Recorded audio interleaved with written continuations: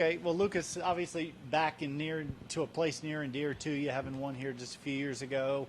How much of a factor is that to a round like today? Good, a lot. You always feel good, driving into a place where you've had success, whether it was a win or a good finish or just a good feeling. So, no, I love the course and always loved coming here. So, nice to play well. TJ, you want to take it from there? What was working out there this morning? Putted well. Hit a couple wedges close and made a bunch of putts, and it was just solid. But putted really well. Does that have a lot to do with the change you made at putter? Yeah, for sure. Got some confidence in that, and confident on the short ones, so you can be a little more aggressive on the longer ones, and that just breeds confidence. And last week, and then coming into this week, just finally feel good with something. Yes. When you play as well as you did today, what do you do to kind of work on that to make sure you can replicate that for the weekend as well? Well, late yesterday and early today, so probably a little bit of rest this afternoon. I like where my game is, so just maybe some short game and just some rest this afternoon. Nothing too crazy. Got to get some rest. It was a quick turnaround last night. You entered this week 130th in the FedEx Cup rankings, and a really good finish could get you maybe even inside that top 70, or at least very close to it within striking distance. Has that been weighing on your mind at all with these last few tournaments this year, this kind of closing stretch, and it's kind of desperation time for a lot of guys to make that final push? Yeah, not really. I mean, until now, I wasn't even in a position to pay attention. I'd been playing so poorly. But after a good finish last week and seeing some putts go in finally and continuing that this week, yeah, I mean, I like the way I'm trending anyway. You've seen this course in a lot of different playing conditions.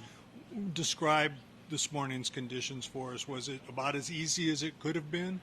Yeah, it was pretty perfect. I mean, the golf course is in perfect shape, and then when you get pretty calm conditions on a perfectly manicured course with somewhat soft greens, your scores are going to be low, and that's what we're seeing. Looked like that was kind of the case yesterday as well, and then some wind yesterday afternoon, but that's expected. But yeah, the golf course is perfect. The greens are perfect. They're receptive, and scores are always going to be low when you have that. What was the putting change? I went to a long kind of chess-style broomstick, whatever you want to call it. A la Adam Scott's the best way I know to describe it. Not all the way up like Bernard, but kind of middle like Adam.